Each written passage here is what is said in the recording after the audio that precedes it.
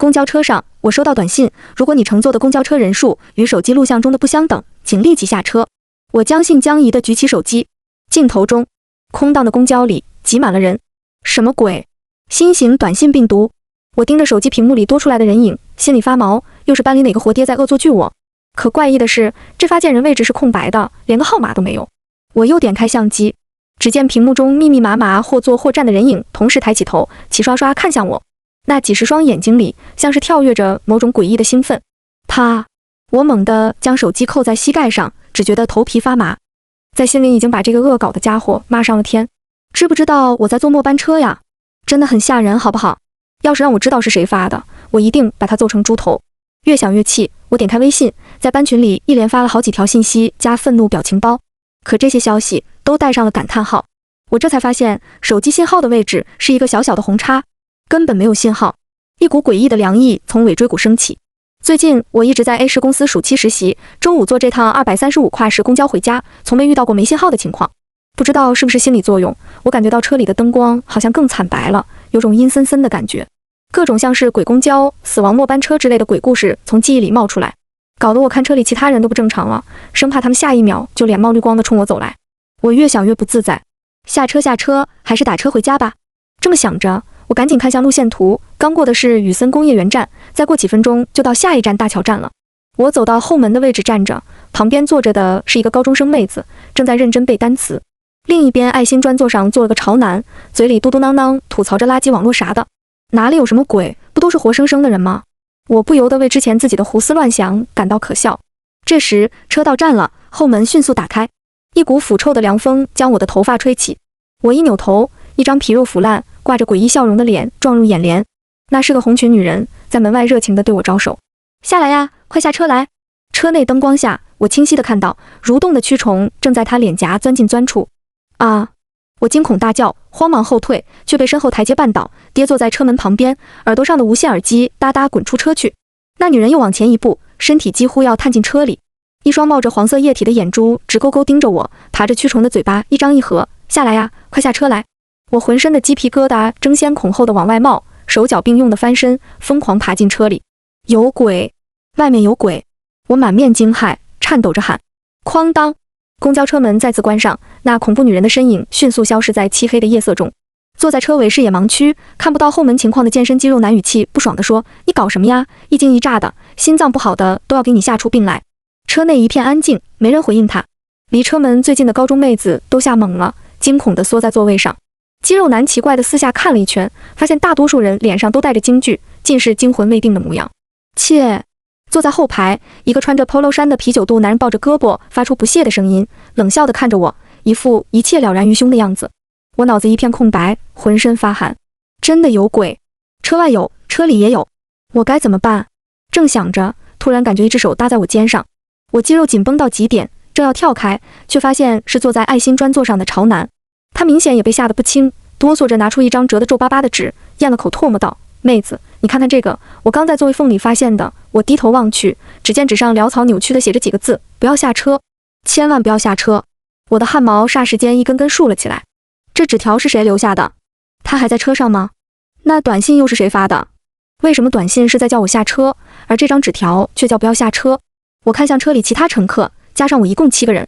现在大家都在一辆车上，谁也跑不了，我也没有瞒的必要，直接大声道：“各位，这辆车不干净，你们用手机摄像头就能看到车里的真相。”等就一脸惧色的几个人都愣了一下，又疑又怕。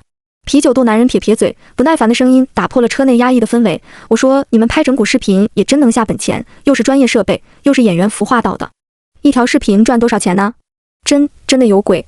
潮男扔开手机，声音都带上了哭腔。坐在车头的大妈惊恐的双手合十：“天菩萨，真有鬼！别找我，别找我呀！”肌肉男头冒冷汗，声音微颤：“兄弟，你要不用手机先看看？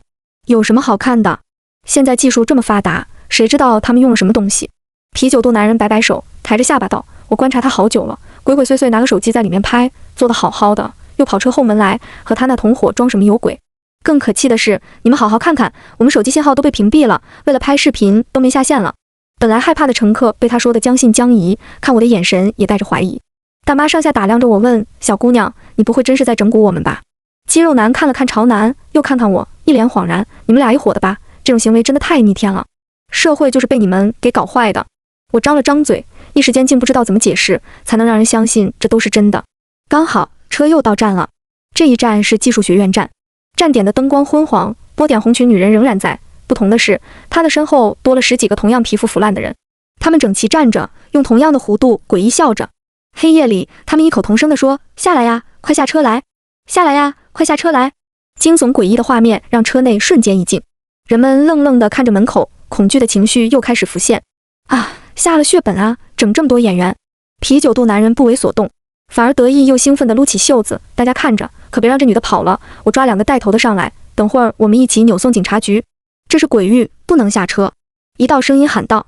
我没来得及看是谁，本能的试图抓住啤酒肚男人，却被他骂咧着推开。他一条腿刚迈出车门，便被从车底陡然伸出的一只白得泛青的手抓住，那手狠狠一拽，男人重重摔倒在车门口。站点的灯一下子黑了，借着车里的光，我们清楚地看到男人被抓住的那条腿没了，鼓鼓的鲜血从断口冒出，窗外漆黑的夜里传来清晰悚然的咀嚼声。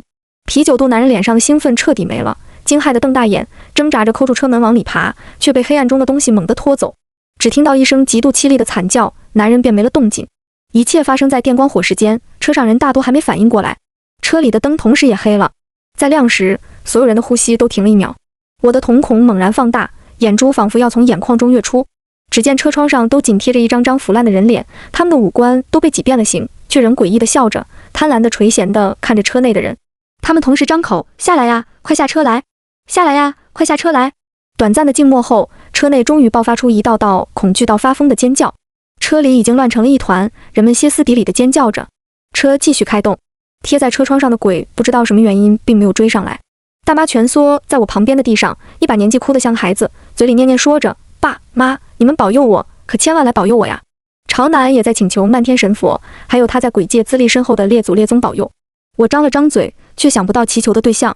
父母在我6岁那年就出意外走了，就算听到了我的祈求，他们也绝不会保佑我这个让他们不能再生儿子的扫把星。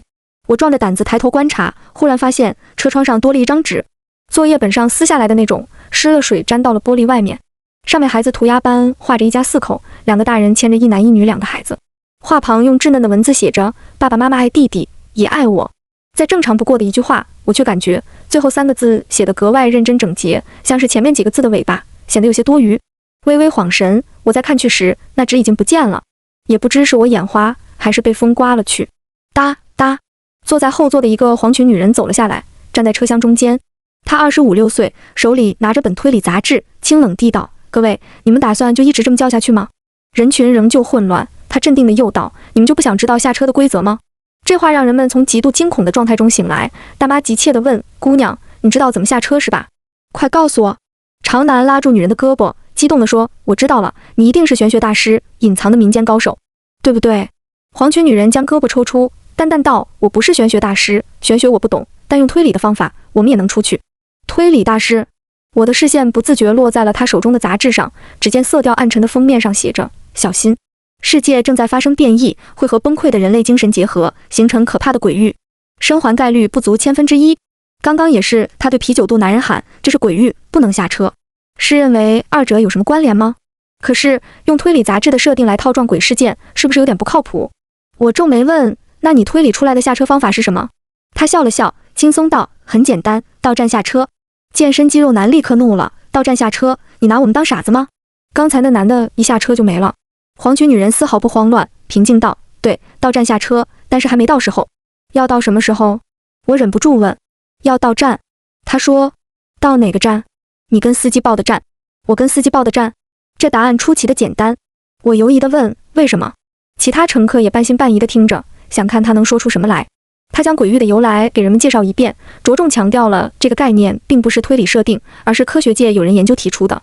他继续道：“走出鬼域的核心是找到规则，而这规则是由崩溃的人类，也就是精神母体生前的执念形成的。”说到这里，女人停顿了一下，悠悠道：“你们没发现从头到尾司机对车上发生的事情就没有过一点反应吗？”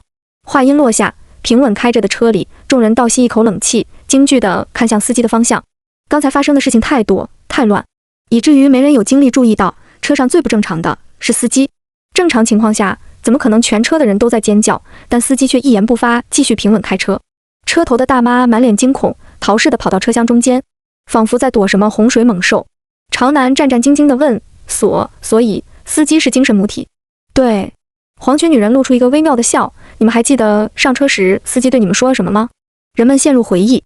我的记忆能力一直很强，清楚地记得，司机先问我到哪个站，我报了站点，他按了收费金额，然后说我一定会将你送到。高中妹子连忙举手答道。朝南也恍然地表示司机说过这句。大妈和肌肉男则记不清了。我瞳孔不自觉放大，内心升起一阵悚然。他俩都是在我之后上车的，包括啤酒肚男人。我发现司机对每一个人都说了这句话，一模一样的内容，就连音调的高低都没有变化。我看向黄裙女人，你觉得这是司机的执念？她眸中闪着投入推理的兴奋。不错，我推测这辆车应该是发生了什么事故，全员身亡。我们在手机镜头里看到的鬼影就是已经死去的乘客，这也让司机精神崩溃，执念就是将车上没下车的人送到下车的地点。朝南眼睛一亮，激动地问：大师，是不是只要到站下车，不要提前下，也不要坐过站，就能平安下车？女人自信一笑，对，这就是规则。车速放缓，人们的思绪也跟着收回。叮咚，宇森工业园站到了，请到站的乘客准备下车。随着电子提示音响起，朝南激动的表情僵在脸上，他有型的头发都被冷汗打湿，软塌塌的贴在额头上，恐惧爬满他的双眼。宇森工业园站不是已经过了吗？车内的空气都好似凝滞，大家都很清楚，这一站应该是白溪村站。车又开回来了，外面不知什么时候起了大雾，那些诡异笑着的人站在蒙蒙的雾里，又像是站在地狱里，要从地狱爬出来托人去替命。不是说会到站的吗？高中妹的声音都带着哭腔。大妈低着头，不敢看门外一眼，哆嗦着道：推理有屁用啊，我们是撞了不干净的东西，要的是能画符杀鬼的大师。不对，有什么地方不对？我皱着眉，快速回忆2次下车的情况，忽然发现是时间不对。我不止一次坐过这趟车，又因为记忆力异于常人，能记得每一站的到站时间。我清楚地记得，正常从上一站到宇森工业园站大概是15分钟车程，但是刚刚从上一站过来只花了8分钟。我正要将这消息说出来，却听黄裙女人大声道：时间不对，报站是假的。她亮出屏幕，上面是一张用手机背镜拍的照片，在浓雾中勉强能看到站牌上写的是白溪村站。我摸出手机，正要拍一张自己验证一下，身体一晃，车开了。我皱眉，这次车停的时间似乎短了些。众人紧绷的神经微微松懈，假的就好，车还在继续开就好。黄裙女人继续推理道：我猜测是司机潜意识的影响，车出事了，他的执念是将没下车的乘客送到站，但是因为濒死，潜意识又不愿意相信自己能开回去，所以就将一些站点重复报。我们只要耐心等待，等车开到我们要下的站，就能安全下车。其他任何多余动作都可能带来危险。他的话让众人找回些安全感，重新坐到座位上。朝南连忙赞道：大师，你真的太牛了，我绝对听你的。我心里总泛着不安。这个点来坐这趟跨市末班车的，都是从 G 市赶回 F 市的，下车的站点都在最后几站。这么长的路程，什么都不做的等下去，真的会安全吗？手机还是没有信号。和外婆的微信界面停留在我说要很晚回来，她发的那句语音：不急，外婆等你。我不由想起疫情时我被封在外地，最开始人太多，物资短缺，每天省着食物过日子。小老太太在视频中笑眯眯地对我说：不急，外婆等你。转头这倔强老太就加入志愿小队，带个红袖章，提着个喇叭，精神矍铄地在小区喊话。她瞪着眼说：不出把力，快点把世界收拾好，你以后出门又被封怎么办？还有人在等我呀。无论怎样，我都要活着下车。我深吸一口气，主动拿出手机观察起车内鬼影，看看能不能找到更多的信息。这个动作大家都做过，也不算多余动作。画面里人很多，但是又没太多人睡觉和带着早餐，应该是晚高峰。地上放有电脑包，一些垃圾，还有个粉色的旧书包，有个座位底下还有个掉漆的红发卡，毫无头绪。我并不放弃，目光落到司机身上，他是精神母体，不是知道的更多吗？想着，我向车头走去，看看能不能跟司机套个话。快要走到车头时，我手中手机一震，竟提示我来了短信，可手机仍然没有信号，发信人也仍是空白。我忽然愣住，上一次也是宇森工业园站过了没多久收到的短信，车真的没有进入循环吗？我看向窗外，夜色和浓浓的大雾将两侧景象遮得严严实实的，什么也看不清。我带着忐忑的心情点开这条短信，只见上面写着：赶快下车，不要相信车上人说的话，这辆车上只有2个活人。这句话就像一道惊雷在我脑中炸响，无尽的寒气从脚底快速窜到天灵盖。我一抬头，黄裙女人不知什么时候已经站在我身前，一双眼睛悠悠地盯着我的手机屏幕。我浑身的血液仿佛在这一刻凝固，巨大的恐惧感从心底窜起。我本能地向后，方才退出一步。却见坐在朝南前面的大妈猛地从我身边冲过，疯了似的和司机抢起方向盘。可不过1秒，她就被无形的力量提起，猛地将她的头甩向司机后方的金属箱。咔嚓一声，大妈的脖子断了，流着血的头仰着，被皮肉包着软塌塌的掉在背上。大家都还没回过神来，高中妹子惊惧过度，竟失了理智，抓起车上的安全锤就要砸窗，锤子还没落到玻璃上，她的手指就扭成个麻花，整个人像是被什么东西缠住脖子，掉在车窗上，只是双脚在空中踢蹬几下，便没了气息。砰！2具尸体被那未知的力量扔到车头过道上，像是在无声警示着什么。太快了，短短几秒，死了2个人。我正愣在原地，甚至还来不及泛起恐惧的情绪。黄裙女人第一时间想要去拦人，可已经晚了。她神色凝重地走过去，在尸体中间捡起一台手机，那是大妈的。手机界面还亮着，上面是一条短信，内容写着：真正离开的方法是让司机停车。很明显，大妈就是听信了短信的内容，想让司机停车，结果被车里的未知力量杀死。车里极度安静，连尖叫都被压抑在了喉咙，每个人都生怕惊扰了未知的力量，下一个死的就是自己。缓了片刻，黄裙女人的目光从我身上扫过，声音发冷：鬼域没有信号，信了任何来历不明的信息，都很可能会害死你，害死别人。大家找位置坐好，不要做任何不符合正常坐公交的行为。他理智镇定的话，让几乎要发疯的朝南和肌肉男无意识照做。2人像鹌鹑一样挤在了最后一排座位上，眼睛惊恐不安地转动着。我的眼睛死死盯在大妈的手机屏幕上，脑袋像是被重物砸了一般眩晕。短信，大妈竟然也收到了短信。要是先信了短信的人是我呢？黄裙女人走到我身边，语气沉重：鬼域的力量会诱使人触犯规则，死在里面。我刚才本以为你会有危险，想制止你，可结果他们2个先死了。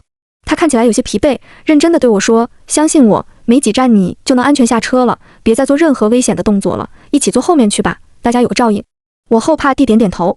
惨死的大妈就躺在那里，我短暂也生不出再去找司机套话的勇气。车再次经过大桥站，短暂停靠后重新出发。按照真实的站点，我还有5站就到我的目的地，距离安全下车的站点越来越近。可短信上的话像是咒语一样在我脑中浮现：快下车，不要相信车上人说的话。这辆车上只有2个活人，如果短信说的是真的，那我身边至少还有2个人是鬼。我的目光轻轻落到黄裙女人身上，她是不是呢？一瞬间，我感觉车里空气更冷了，愈发如坐针毡。叮咚，技术学院站到了，请到站的乘客准备下车。唰，我在大家不可置信的目光中站起来，走到后门台阶上，缩着脖子不敢看外面的朝南，压着声音说：喂，下车会死的，你不会想不开吧？肌肉男咬牙切齿：你别管他，好言难劝该死的鬼。黄裙女人头疼地看着我，像是在看恐怖片里非要作死的炮灰。外面的大雾更浓了，站点彻底被浓雾吞噬，隐约只有一点昏黄光晕。10几个皮肤腐烂的人像迎接队伍一般整齐站在车门外，热情地喊着车里的人下车。最前面的仍然是那个红色波点连衣裙女人，她和一个瘦高男人一起牵着个5、6岁的男孩，好像是一家3口。我深吸一口气，走下台阶，距离跨出门外只有1线之隔。外面的人群一阵骚动，眼睛兴奋地盯在我身上，恨不能扑上来。可他们进不来，这是前几次到站已经验证过的。外面吹进来的风很凉，带着浓浓的腐臭味道。我睁大眼睛，仔仔细细地观察着他们，我很想知道，外面的鬼真的存在吗？如果短信是真的，那很可能第一个死掉的根本就不是人。再加上当时车里的灯全都黑了，也没人真正看到那个啤酒肚男人到底是不是被外面的鬼吃掉。所以下车后真的会被吃掉吗？脑海里一个个引诱我下车的想法疯狂跳动，仿佛魔鬼的低喃。在朝南他们看疯子似的眼神里，我缓缓抬起了手。车里和站点的灯同时黑了。黑暗中，我听见车头收费器传来清晰的声音：滴，学生卡3元。在完全的黑暗里，这声音比门外的鬼群更叫人毛骨悚然。是有人上了车了吗？我缓缓蹲下身体，靠向车壁，生怕在黑夜中冒出什么东西。哒哒哒，脚步声从车头传来，由远及近，最终停在了我旁边。我清晰地感知到有什么东西贴到了我衣服上，我身体僵硬，背上的汗毛竖起，脑子里疯狂想着抵抗方法时，却听耳边传来一道怯怯的童音：姐姐，你怎么了？需要帮忙吗？眼前一花，灯亮了，一个10来岁的瘦黑小女孩正弯着腰，紧张地看着我。她的头发有些发黄，上面别着一个吊漆蝴蝶结发卡。车尾方向传来的得得的牙齿碰撞声响，那是朝南。姐姐，小女孩不安地捏着蓝色校服，上面沾着大片墨迹，看起来脏兮兮的。没事，小朋友，你先坐好，车要开了。我僵硬地挤出一个笑容，眼睛却忍不住瞟向他头上的掉漆发卡。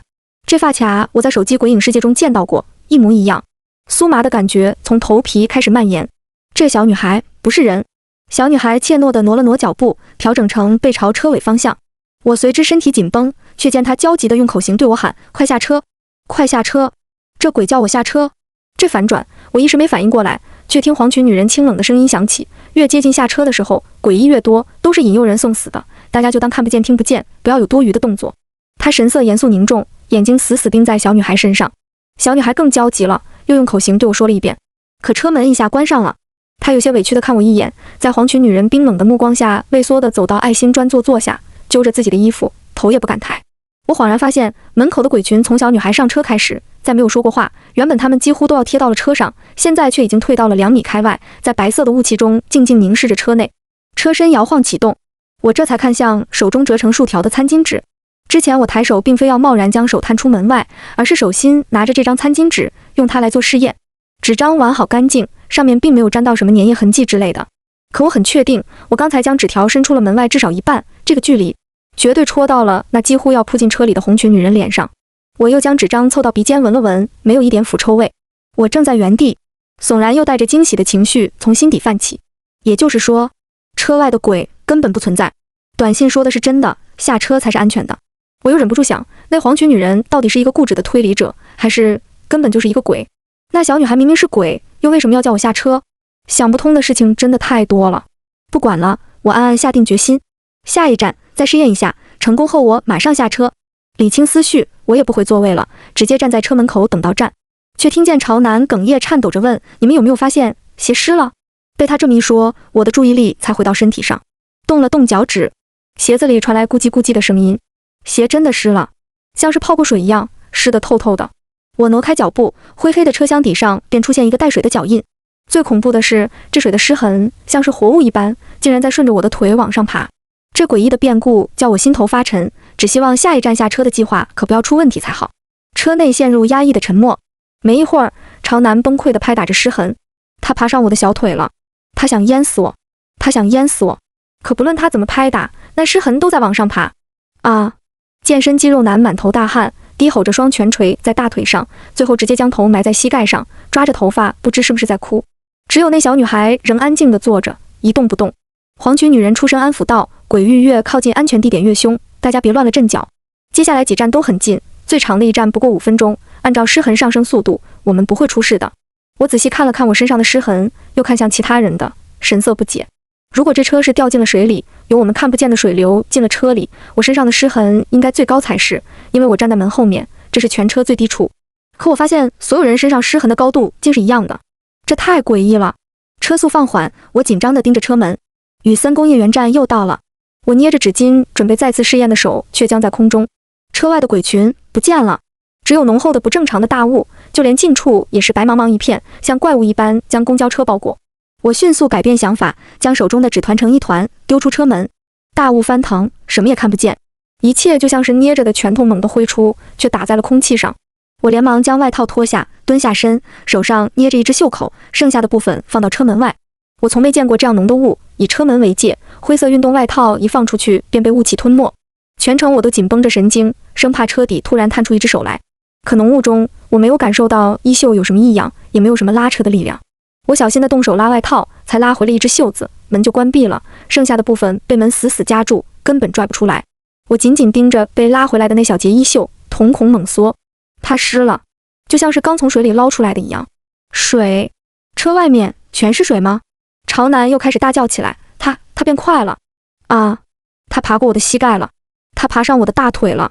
他惊恐又无助地哭着，着了火似的拍打着身上。黄裙女人看我一眼，转头语气微妙地对朝南说：“那女人乱来的行为让湿痕加速了，你再不把她的手机收了，不知道她还要相信什么鬼话，会害死我们的。”我顿感不妙。果然，朝南闻言猛地看向我，原本呆滞的表情瞬间变得凶狠起来。都是你害的，你这个祸害！他状若癫狂地向我扑来，我心头暗暗叫苦，站在车门后这个位置，连避都没得避。这时，裤兜里的手机却传来震动，那短信又来了，和前2次一样，都是雨森工业园站开出去没多久进来的。我顾不得其他，快速摸出手机，解锁。我生平第一次恨自己为什么要设锁屏密码，更恨自己为什么习惯不设置指纹解锁。朝南已经扑到眼前，见我还拿着手机，双眼通红，一把抓过来。你他妈想死不要紧，不要连累我们行不行？我侧过身，连忙腾出一只手去阻他，眼睛却盯在屏幕上，手指快速输着密码。朝南猛地一撞，将我撞得贴在车厢壁上，我死死捏住手机，凭着强大的记忆能力，输入完最后的密码，盲点向短信图标的位置。他一手按着我，另一手来抢手机，男女手臂上的力量差距是不讲道理的。哪怕我已经捏得够紧，却还是被疯得不管不顾的他掰开手指将手机抢走。他的手指遮挡着屏幕，我只来得及看到部分内容。下车，想要活着，笔记找出核心字的规则，这是最后的机会。抢到手机后，朝南生怕我来抢，立马将手机狠狠砸在地上，疯狂地用脚踩烂。短信上零碎的内容让我的心仿佛被一只手攥了起来。最后的机会，下一站我就要死吗？什么下车？到底是赶快下车，还是不能下车？笔记又是什么？线索很混乱。要不是这个蠢货被煽动，我也不至于现成的信息都拿不全。怒从心头起，我咬牙切齿，很想冲过去踹朝南几脚，可一转头看到一脸怯怯的小女孩，我微微一愣，脑中闪过一道亮光，一条思路在我脑海中清晰起来。我边向朝南走近，边对他说：“你闹这么大动静，不怕被规则杀死吗？大妈他们怎么死的，你忘了吗？”朝南全靠一口怒气撑着，踩烂了我的手机，这口气本就散了。我这样一点出，他的惊惧顿时回笼，腿一软便瘫坐在地上，惊恐地看向四周：“不要杀我，我没有犯规，不要杀我！”我趁机迅速拿走他的手机，我不知道密码，但是没关系，摄像头在锁屏的状态也能用。我打开摄像头，一点一点地扫过车里，随着镜头的移动，我紧皱的眉头慢慢舒展。很快，我收起手机，在所有人的目光中，快步走向车头，直奔驾驶位。不要去，会触发危险！黄裙女人急忙起身，尖叫道：“你他妈在找死！信不信我打死你！”肌肉男人捏着拳头向我冲来，我脚步丝毫不停，踩在两具尸体的空隙处，跃了一大步，便到了驾驶室位置。司机40多岁模样，国字脸，穿着淡蓝色的工作衬衫。驾驶位地上放着个大号棕色保温杯，而座位底下塞着一个被折叠成豆腐块的人。他穿着一件 polo 衫，头被折到背上，一双眼珠咕噜转动，盯我身上。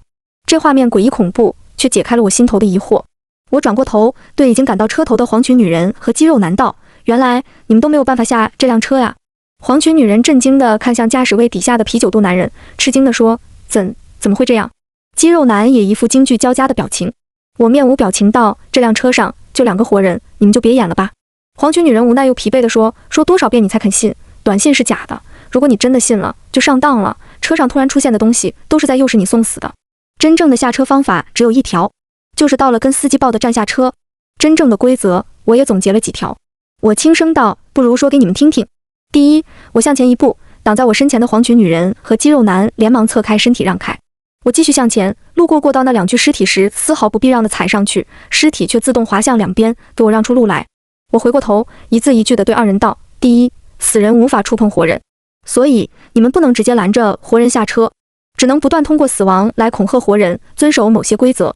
比如啤酒肚男人的死是为了让活人都不敢下车，比如大妈的死则是恐吓活人不要接近驾驶室，怕人知道死在这辆车上的人根本下不了车。”黄裙女人没说话，肌肉男也收起了恐惧的样子，2人面无表情，目光悠悠地望着我。我缓缓走到车后门处，你们从始至终的目的就是让人不要下车，因为第2条规则是下车才是真正的活路。这时，车内电子提示音响起，叮咚，大桥站到了，请到站的乘客准备下车。门外凉风阵阵，站点大雾蒙蒙，鬼群仍旧不见踪影。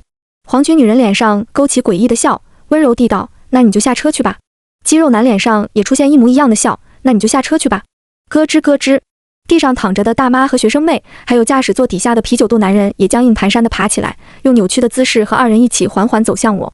他们露出同样诡异的笑，嘴巴张合着说：“那你就下车吧。”这画面让瘫坐在车厢中间的朝南从呆滞到惊骇，眼睛都快鼓突出眼眶。鬼，都是鬼，全都是鬼！他惊恐交加，连爬带滚地躲到我的身后，身体不断哆嗦着。一辆车上9个人，除了我和他，其他全是鬼。这样突然的冲击下，他没晕过去已经算坚强了，只有那神情总是带着怯懦的小女孩，就跟什么也没发生一样，还坐在座位上。我镇定地摇了摇头，下车才是真正的活路，但这是第3次循环了，正常下车已经不行了。我将手机打开摄像头，递给哆哆嗦嗦的朝南，示意他对着车门处看。镜头里比之前多出了大半件堆着的女士外套，一个卫生纸团，少了一个掉漆的蝴蝶结发卡，而我最开始掉的无线耳机则从来没有出现过。我平静地道，这车里有2个世界，一个是镜头里的人存在的世界，一个是我们所在的世界。2个世界从失痕出现就已经开始融合了。现在如果下车，进入的就是镜头里的那个世界，那个世界早已被淹没，一旦进入，只会彻底死在里面。那该怎么办？朝南抓住我的手，就像抓住救命的稻草。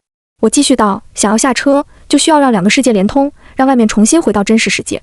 就像这样，我突然拿起墙上的安全锤，用力砸向窗户玻璃。砰！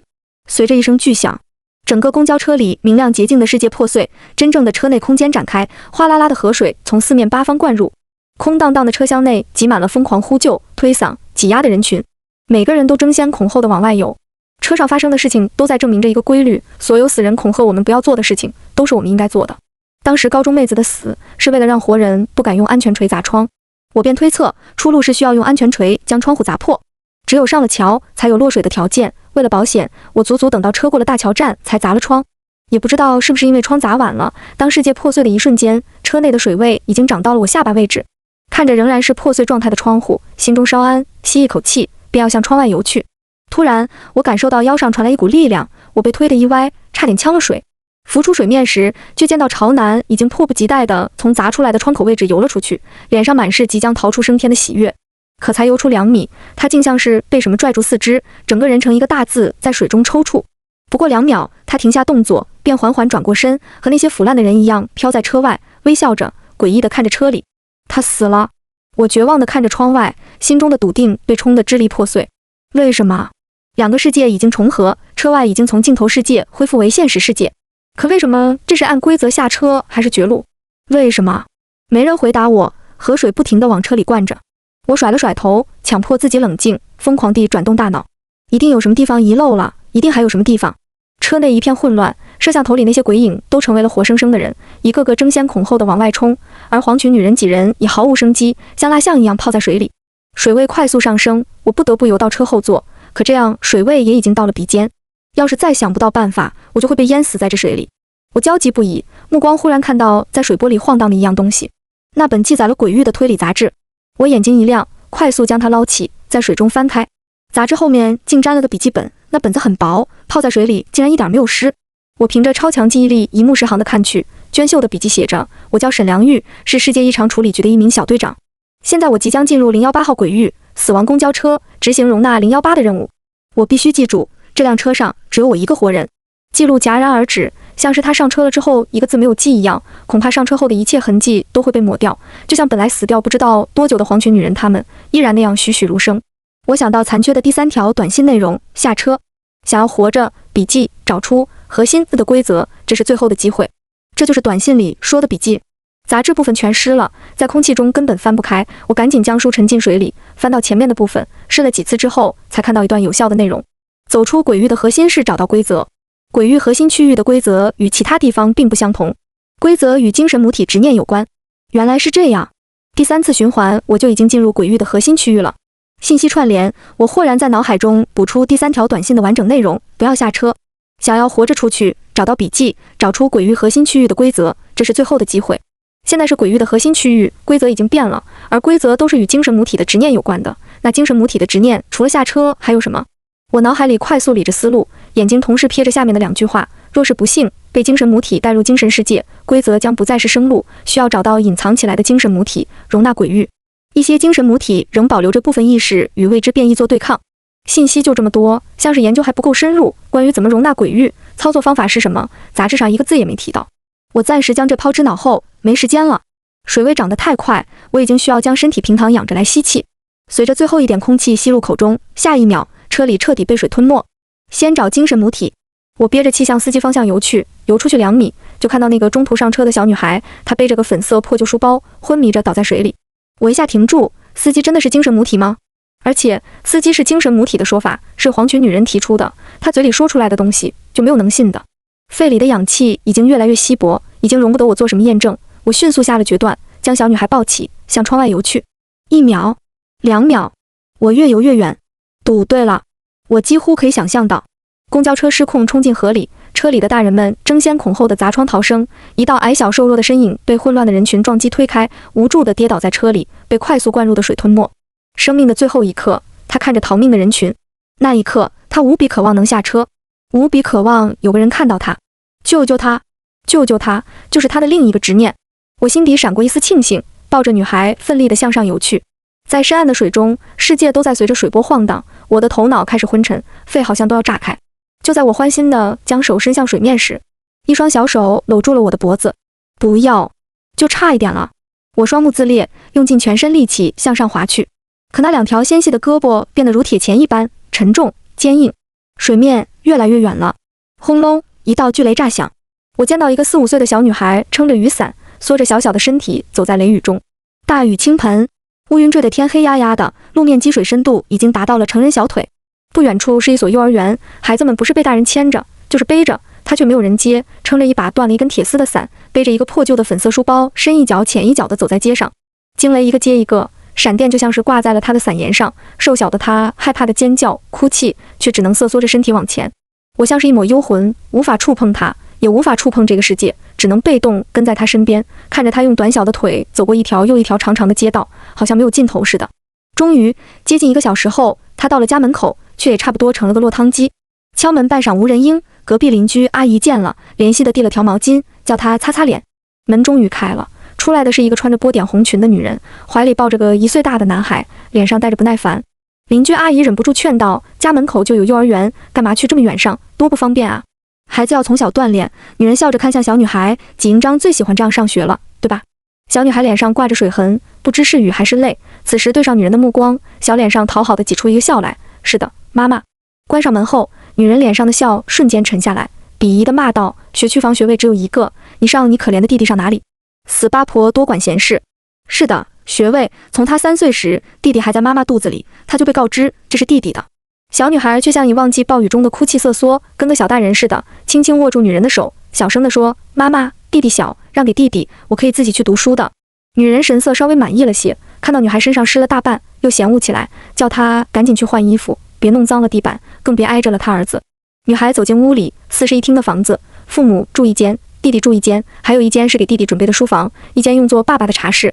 而她走进的是一个小小的卫生间改成的房间，房间里又湿又闷，除了放着一张淘汰的榻榻米外，别无他物。窗户不大，光线暗沉，不时能听到管道哗啦哗啦的声音。画面破碎。纪营章上小学了，家门口的小学要留给弟弟上，他每天要走半个小时，坐1个多小时的公交去郊区学校上学。他要起得很早，他要细心检查自己的东西有没有带齐。别的孩子东西落家里了，大人会给送来，他如果忘带什么东西，没有人会给他送。俱是夏季多雷雨暴雨天气，回家那条路他总是一个人。校服才发下来没多久，就会被弟弟用墨水涂花，他总是脏兮兮的，看人的目光也带着怯懦躲闪。他没有朋友，他总是羡慕着弟弟用懂事乖巧来讨好，渴望着爸爸妈妈的目光，可不论他如何乖巧，爸妈的目光总是在弟弟身上。于是他便无底线地对弟弟好，讨好他，任他使唤，任他打骂。只要和弟弟站在一起，这样爸妈看向弟弟的目光中便总有他的存在了。他悄悄地在本子上画了一张全家福，他牵着弟弟，爸爸妈妈牵着他们。画完，他在本子上写下爸爸妈妈爱弟弟。犹豫了一下，他一笔一画地写上也爱我。可实际上一直是爸爸妈妈牵着弟弟，他像个透明的小尾巴一样跟在后面，吃掉弟弟剩下不要的零食，捡起弟弟扔掉的东西。没人觉得这不对，爸妈不觉得，弟弟不觉得，经常来看弟弟的爷爷奶奶不觉得，偶尔打视频的外公外婆不觉得，爱管闲事的邻居阿姨搬走后，其他邻居也不觉得，以至于就连纪营章也不觉得。他上4年级时，弟弟终于要上1年级，可他放着家门口的实验小学不上，非要闹着去姐姐的学校。他知道是弟弟想要在学校里有个听话的丫鬟，这样的特殊在同学面前很有面子。爸妈却骂他心肠毒，自己没用上学位就教唆弟弟，不想弟弟用上，就像是老天也不想让弟弟去似的。出发那天，新搬到隔壁的邻居停车时把爸爸的车给撞坏了，端着热咖啡出门，又不小心把弟弟给烫了。可哪怕被烫伤，弟弟也死活要去学校，爸妈拧不过，只好哄着说是去报名，其实只是去学校转一圈。这也是纪营章第一次放学和爸妈一起回家，因为弟弟从没坐过公交，闹着要坐公交回家，他们甚至要一起坐公交回去。他心中有种错位的喜悦，就像爸妈是来接自己放学一样。这种喜悦在他能以带路的名义牵着妈妈的手，神采飞扬，蹦蹦跳跳地走在路上，达到了巅峰，心里都要冒起了彩色的泡泡。他只希望所有同学都看过来，他的爸爸妈妈来了，来接他了。到了车上，他仍忍不住叽叽喳喳，极力表现着自己对站点和路线的熟悉和自信。因为把抢到的座位让给弟弟，爸妈甚至还夸了他2句，说他懂事独立。可没想到，到了大桥站，车刚上桥，司机为了避让一辆违章汽车，猛打方向盘，刹不住车，冲进了河里。河水哗啦啦灌了进来，人们疯抢安全锤，挤作一团。妈妈尖叫着恶毒地咒骂他，都是你这个丧门星，带我们坐的这趟车，你肯定是想害死我们。在这个时刻，纪营章害怕的竟然不是死亡，而是没有达到妈妈的期望。他犯错了，他犯大错了，他的内心被愧疚和慌乱淹没。爸妈抱着弟弟，随着人群往被破开的一扇窗外挤，他孤零零站在原地，疯狂想要弥补什么。忽然，他隐约间看见了水里有一把安全锤，他捏住鼻子，憋着气蹲下去，一点一点摸，被混乱的人群踢踩他也不在乎，终于摸到锤子。这时，水已经到了他的嘴边，他却毫不在乎，踮着脚欣喜地喊：“妈妈，我拿到锤子了！妈妈！”他欢喜地向妈妈挤过去，将锤子举得高高的，像是拿到的胜利的红旗。拼命在人群里挤着的女人终于看到这锤子，眼睛一亮，一把夺过。老公，快，有锤子，我们快带宝出去。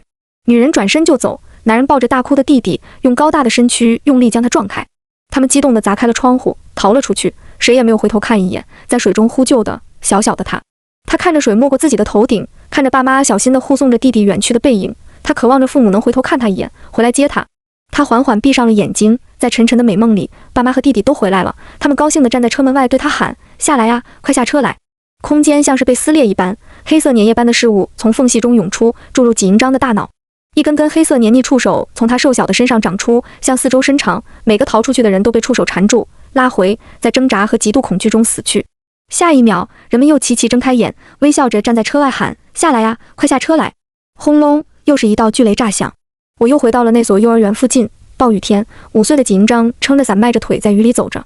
明明知道这个小家伙就是精神母体，是那个杀掉所有车上人的恐怖存在，我却对他恨不起来，甚至有种感同身受的酸涩。如果我的父母没有在高速路塌方里死去，如果小老太太没有把我领回去，未来的他便是未来的我。只不过他叫纪营章，我叫宋倩楠，欠了父母一个男孩的扫把星。姐姐，你也恨对吧？一道童声从身边响起，我侧头，10岁的纪营章站在我旁边，一双眼睛怜惜地看着那个更小的身影。我没有回答。大雨如注，纪营章认真地看向我，你的精神力很强，比我强很多很多。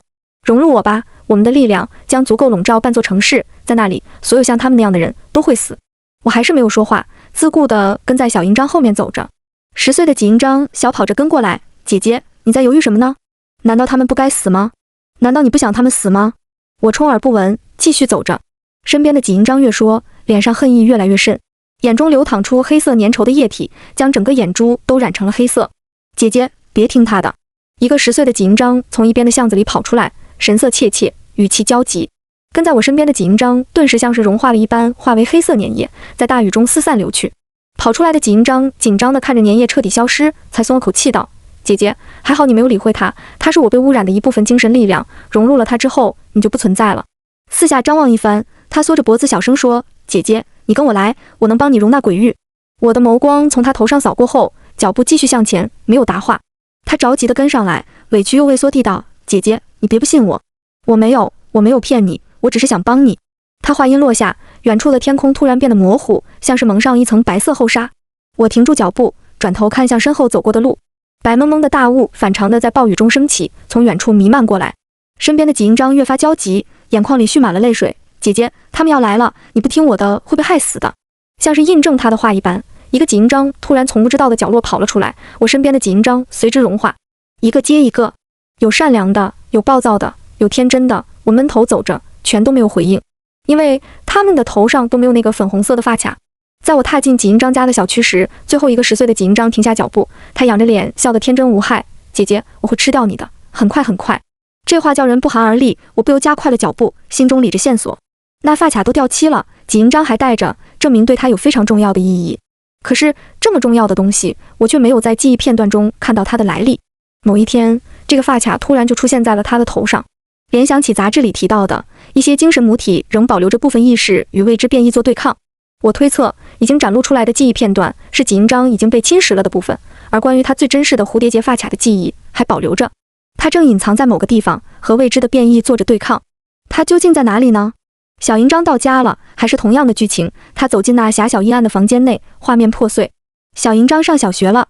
小营章4年级了，雾气逼近，被白雾笼罩的世界里，生灵、房屋全都融化，就像被吃掉一样。一些形状怪异的生物不时在雾气中活动，有的长着长长的触角，有的是一只巨大的眼球，有的像竹节虫一样，肢体一节一节的，要在雾气吞噬前找到精神母体。我凝重地想着。这一次，我看着小营章背着书包去赶公交，却没有跟上，而是敲响了隔壁邻居的房门。这里原来住的是会帮纪营章说话的阿姨，只是不知道她什么时候搬走了。后来搬进来的邻居还把他家车给撞废了，又把弟弟给烫伤了。没有人开门，就像是无人在家一样。我却执着地敲着，出声道：“纪营章，开门吧，我知道你在里面。你冒险出现在公交车上，是想救我，现在又为什么躲着不见我？”喊了2声后，咯吱，门自行打开，屋内黑洞洞的，没有看到人影。我迈步而入，这是一个3居室的户型，比纪营章家的要小一点。房间空荡荡的，落着灰，根本不像是有人刚搬进来的样子。我将每个房间的门都打开，最后在主卧的角落找到了抱着膝盖坐在地上的纪营章。他发黄的头发上别着一个掉漆的粉色蝴蝶结发卡，眼睛红红的，像是哭了很久一样。我叹息一声，就像看到了6岁的自己，轻轻抱住他。我知道，不怪你，错的不是你。他怔怔地看着我，眼泪吧嗒吧嗒就从眼中滚出来，越滚越多，小嘴也瘪着，抽噎起来。我不是故意的，我不想害死他们的。这就是出生在重男轻女的家庭，却又无比渴望着父母的爱的孩子。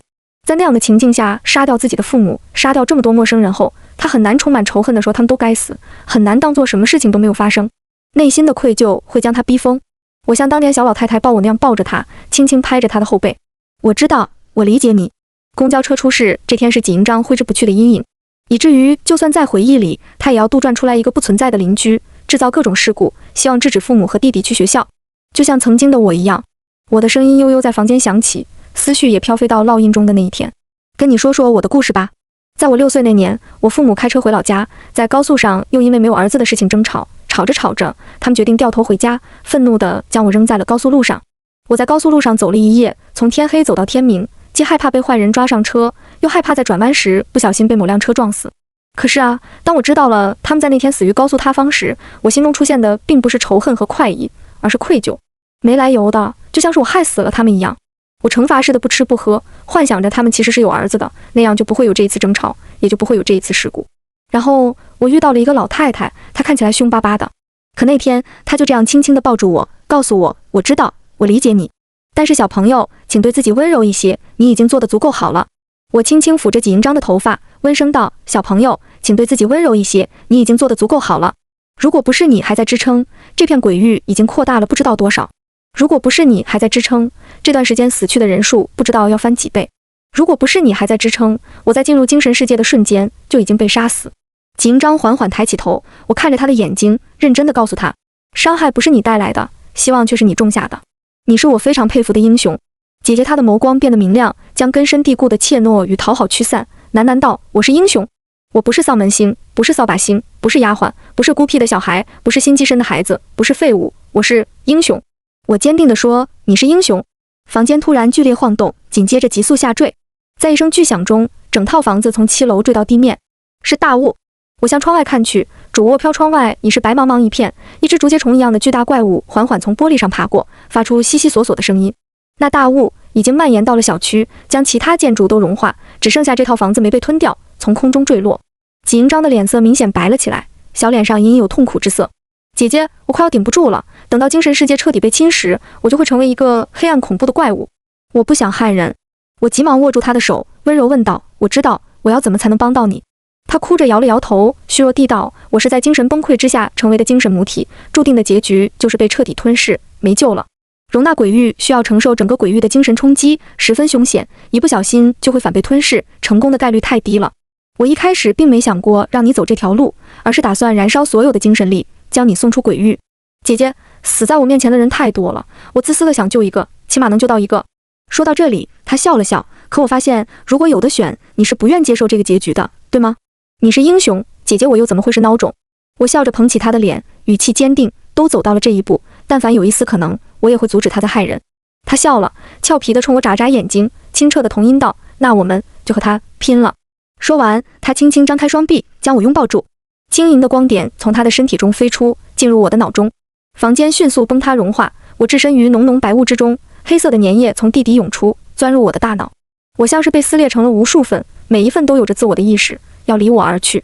绝望、无助、扭曲充斥着我所有的感官。在我最坚持不下去的时候，一束晶莹的光点出现，将我包裹，暖洋洋的。光点中的画面很简单，就是邻居阿姨牵着7、8岁的纪英章的手，带他走进了一家蛋糕店，买了一个小小的蛋糕。在肯德基快餐店里，他第一次吃到完整的一个汉堡，吹着属于自己的生日蜡烛，还收到了第一份生日礼物，一个漂亮的粉色蝴蝶结发卡。这是纪英章在最后死死守护的记忆，是他支撑到现在只为守护的那个人。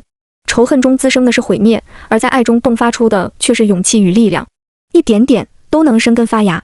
这份爱引导着我，看到了小老太太瞪着眼睛对我说，不出把力，快点把世界收拾好，你以后出门又被封怎么办？我笑了，外婆，现在我要把世界收拾好，让你以后出门都平平安安的。巨大的力量从我的灵魂中涌出，我将每一份分裂的自我找回，逐渐融为一个完整的自我，只在脑海中留下一道公交车的虚影。凉风习习，我插着都从大桥上缓缓走下，经过一盏盏路灯，影子拉长又缩短，不断重复。快看，下来了，下来了！嘈杂的声音响起，路边停着的一辆越野车上跳下来几人，快步朝我走来。为首的是一个扎着高马尾、穿着一件黑色薄款风衣的女人。她眸光沉稳地看了看我，伸出戴着黑色手套的手，卓宝贝你好，我叫杨星兰，世界异常处理局行动部部长。我很想捂上脸，这名字是小老太太给我改的，卓是她的姓，倩男改成了宝贝。她说我做了6年倩男，自己都要认为真的欠了谁一个男孩了。而余生我叫宝贝，让所有喊我名字的人都在告诉我，我是宝贝，独一无二的宝贝。可是谁叫谁知道，这名字真的太让人脸红了吧。我尽量保持着严肃的表情，伸出手与他握了一下。显然这些人是有背景的，这么快就把我的名字都查清楚了。杨星兰迟疑一瞬，语气沉重地问，沈良玉是我手下的一个小队长，他的尸体应该带着的吧？我缓缓呼出一口气，一翻手，手中出现那本推理杂志，道，这本杂志应该是他的，尸体现在在鬼域里，我展开鬼域就能把他们放出来，只是这里不太方便。杨星兰接过杂志，大气的五官上浮现淡淡的哀伤，对，这是他带上车的子母笔记本的子本，只要在上面写下的内容都会同步在母本上，他在公交车上遭遇的一切我们都清楚，所以我们才能推测出车上的规则，利用特殊的手机在鬼域与现实交接时向车上发去提示信息。原来在那样绝望的环境，外面还有人一直在帮我，我心中感激，同时又疑惑起来，可是车上有2个活人，为什么只有我收到了短信？杨星兰身后一个麻花辫女生解释道，目前那部手机只有精神力足够强的人才能接收到消息。原来是这样，我郑重地向他们表示感激，犹豫了一下，问道，这个世界鬼域很多吗？几人闻言神情凝重了一分，杨星兰缓缓道，越来越多了，而且有些鬼域的危害范围很大，不像018这样温和。我瞪大了眼，不是，这公交车都这么吓人了，你管这叫温和？只听杨星兰继续道 ，F 市目前有一个鬼域，12万人被困在里面。经专业评估，最适合救援的工具是018号鬼域，死亡公交车，梁玉是为了救人才冒险来容纳018的，可惜死在里面。他那双鹰隼般的眼睛诚挚地看向我，现在你已经容纳了018，我想请你出手帮忙救人，你接受吗？我毫不犹豫地答应了。我陷入绝境时，沈良玉的笔记在帮我，杨星兰他们在帮我，现在我有了能力，哪里有退缩的道理？见我答应得这么痛快，杨星兰露出欣赏的笑意，单刀直入问道，卓宝贝，这世界出现了变异，我们世界异常处理局的职责就是处理各类变异带来的异常事件，做人类的护盾，我们的工作危险性极高，甚至有牺牲的风险，你愿意加入我们吗？啊！我愣住了，不是，有这么招人的吗？上来就说我们这儿危险极了，很可能会死，你要来吗？那双麻花辫的女生连忙掰着手指头说，年薪100万，五险3金，进单位就分房配车，还可以把家人接过来住，1年带薪假期180天，只要你不背叛，组织绝不裁员。地球还在1天，我们单位就存在1天。我擦掉嘴角的口水，声音哽咽道，这么多年了，组织终于来接我了。一辆出租车直直开了过来，还没停稳，车上便传来一声中气十足的大喝，你这死妮子，电话打不通，这么晚还在外面玩，知不知道要回家呀？接着从车里下来个烫着银色卷发的老太太，她杵着根拐杖，颤颤巍巍地走到我身边，凶巴巴地揪住我的耳朵，却低低地道，宝，快上车跑，我已经报警了，他们应该不敢追的。我哎呦大叫着，赶紧解释，不是外婆，没事，他们都是我朋友，不是坏人。啊！老太太愣了愣，就跟没事人一样放下我的耳朵，对杨星兰他们露出个慈祥的笑容，你们是我家宝的朋友吗？怎么这么晚还在外面呀？杨星兰笑眯眯道，是呀，宝坐的公交车半路抛锚了，我们刚好路过遇到，正说送他回家呢。这样啊，那谢谢你们了，有空去家里坐坐。小老太太笑了笑，眼睛却瞥了我好几次，这表情明显不信。回去时她龙行虎步，走得健步如飞。那拐杖我提在手上，钢的，足有7、8斤。您真是牛，装得挺像。我竖起大拇指。要是养星兰他们真是坏人，8成得在这看起来颤颤巍巍的小老太太手里吃大亏。小老太太却拿胳膊肘拐了拐我，宝，没捏疼吧？没，你哪能捏疼我呀？她用眼睛指了指养星兰他们的方向，有事儿不能说。我笑着道，暂时不能说，因为我还没办入职，带家属去签保密协议。她呵呵笑着，好吧，那外婆我就先不问喽，小宝有秘密喽。我们刚上车，车门还没关严，司机就一个猛踩油门窜了出去，颠得我差点都把鬼域给展出来了。只听小老太太歪着身体喊，师傅，不轰油门了，没危险。司机连忙减速，怨道，你这老太太也太麻烦了，大半夜的拉着我走一站停一下，愣是从 F 市跑到 G 市，这还没完，又从 G 市跑回来，戏还多得很，什么要逃命，搞得跟警匪片一样。听着两人吵吵嚷嚷，幸福的笑容不知不觉在我的脸上浮现。这就是我的外婆，一个雷厉风行却又像春风般温暖的女人。我曾经叫她奶奶，她不答应，她说她只有过一个女儿，如果女儿有了孩子，应该叫她外婆。曾经她守护了幼小的我，以后我守护她，也守护着世界。